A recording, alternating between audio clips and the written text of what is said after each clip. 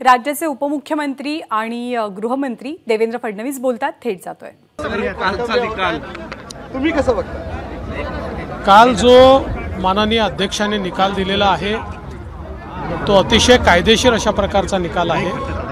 माननीय अध्यक्षांनी माननीय मुख्यमंत्री एकनाथराव शिंदेजी यांच्या अध्यक्षतेखालची जी शिवसेना आहे तिलाच मूळ पक्ष म्हणून मान्यता दिलेली आहे आणि त्याला वैध ठरवलेला आहे। त्यामुळे आता आमचं सरकार, मी पहिल्या दिवशीपासून सांगत होतो, हे पूर्ण मजबूत सरकार आहे। आता कोणाचे मनात शंका असण्याचं कारण नाही।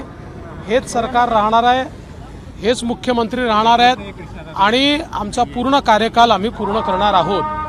खरं म्हणजे माननीय अध्यक्षांनी अतिशय चांगलं विश्लेषण करून सर्वोच्च न्यायालयाने जे प्रश्न फ्रेम केले होते त्याच्यावर योग्य उत्तर देत आणि योग्य इन्फरन्सेस काढत हा घेतलेला निर्णय आहे।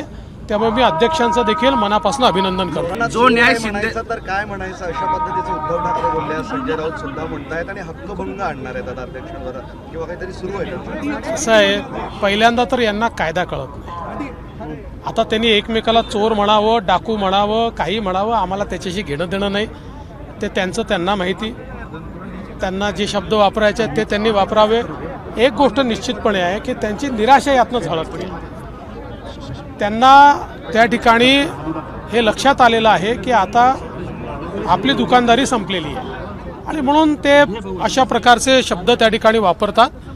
मुळातच माननीय अध्यक्षांनी जो निकाल दिलेला आहे तो पूर्ण कायदेशीर बाबींचा विचार करून आणि विस्तृत निकाल दिलेला आहे। कोर्टात आव्हाने देणार आहेत आता? जरूर द्यावं, प्रत्येकाला अधिकार आहे, ते देखील आव्हान देणार आहेत। शिंदे साहेब म्हणाले आम्ही देखील विचार करतो, आव्हान देणार, सगळ्यांनी द्यावं। एबीपी माझा, उघडा डोळे बघा नीट।